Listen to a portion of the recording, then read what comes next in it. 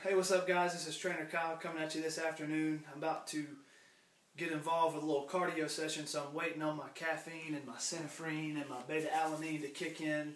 And I wanted to kill a few minutes while I'm waiting on that to talk to you about a very important topic in fitness. It's probably the most important topic on most people's minds in the fitness industry. And it's also, in my opinion, the most overcomplicated and misunderstood topic ever, right? And that topic is fat loss, or how to cut, how to lose body fat. I think that the general consensus in the fitness community is that fat loss is a result of a number of things. One, eating the right, quote, clean foods at the right time of day, frequently enough throughout the day, and doing tons of cardio. And then, all that over the long run, if you stick to that plan and never stray from that, then you will lose fat. And that's how you lose fat, is to do that. And along with that idea come with all these ridiculous claims that you have to eat every 2 to 3 hours, that you cannot eat certain foods past a certain time of day, or you cannot eat food at all past a certain time of day, and that you have to eat certain types of foods, before, during, around your workout, after your workout, in some time frame after your workout. You have to take certain supplements, and they say that all these things they speed up your metabolism, and if you don't do these certain things, then your body will go into what is known as starvation mode, and nobody wants to go into starvation mode, because if you do, then you will implode and you'll just die, and nobody wants to be dead. So you have to do all these things in order to lose fat. And all of that I just mentioned is nonsense, okay? It's not correct. It fundamentally ignores human physiology. Okay, so what I want to do in this video is tell you what in my mind are the 3 fundamental things that you need to know about fat loss, all right? The number one fundamental thing in terms of human physiology is that you need to know how your body loses fat. All right, what causes fat loss? The answer to that question is that a caloric deficit causes fat loss. That is it, okay? People say that, oh, you got to eat, this, you got to eat that at certain times of day. No.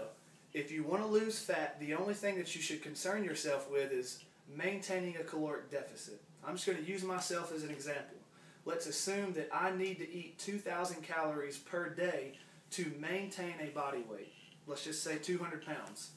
All right? A caloric deficit would be for me to eat less than that. So if I need to eat 2,000 to stay at 200 pounds, I would need to eat 1,500 calories, which would be less than my maintenance level calories. Okay?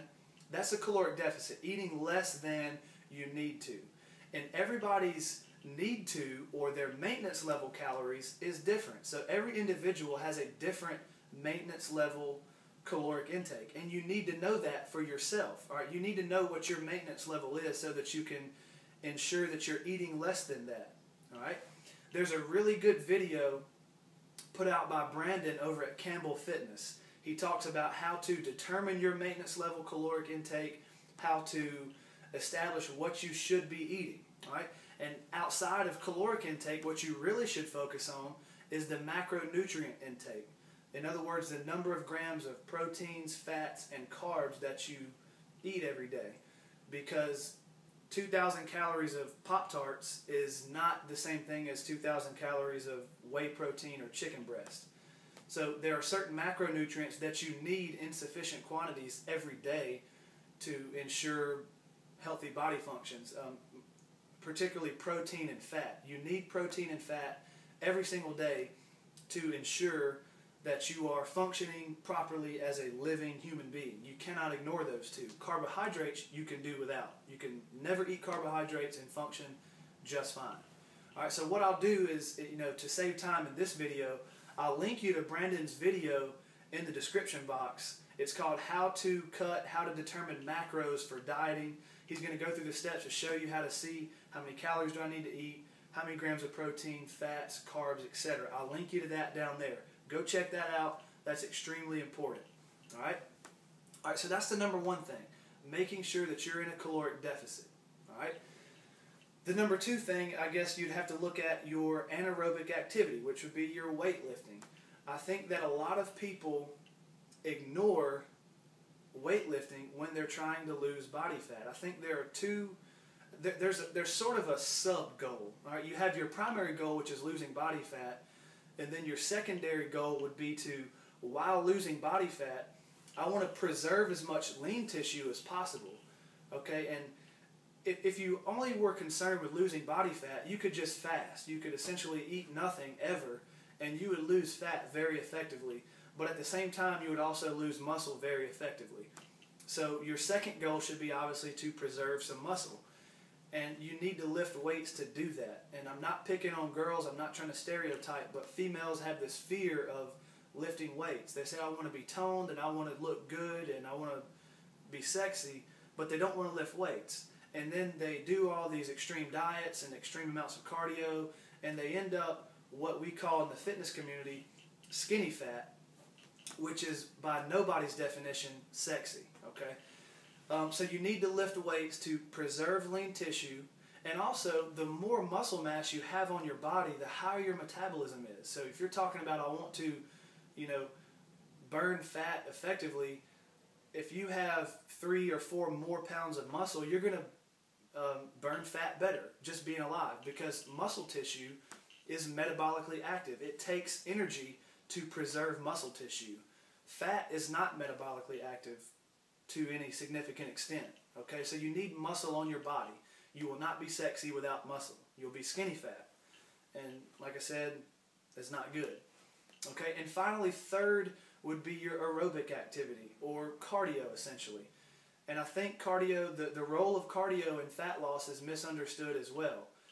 Cardio is not necessary to lose fat. Now, I'm not talking about, cardio is not necessary in general. It obviously has tremendous positive side effects in terms of cardiovascular health, respiratory health, obviously. But we're going to look at it from just a fat loss standpoint here.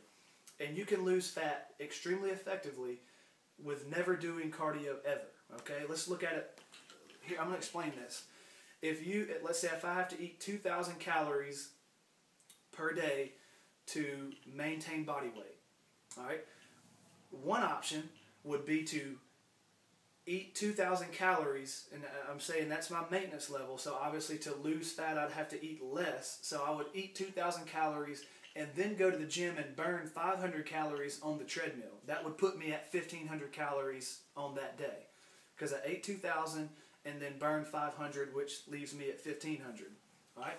That is the equivalent of not eating that extra 500 calories. I'm just going to eat only 1,500 calories, and now I don't have to go to the gym and burn it off. Okay? It's the same thing. So in terms of spending time wisely, I would argue eat a little bit less. Don't worry about doing your cardio. Spend your time in the gym lifting weights. Okay? Cardio is a tool for fat loss. It's not essential. It's not necessary. So you can very effectively control your diet and your caloric intake and maintain a caloric deficit without doing cardio. The reason that I would ever do cardio on a diet or on a cut, which is rare, is if I overate that day.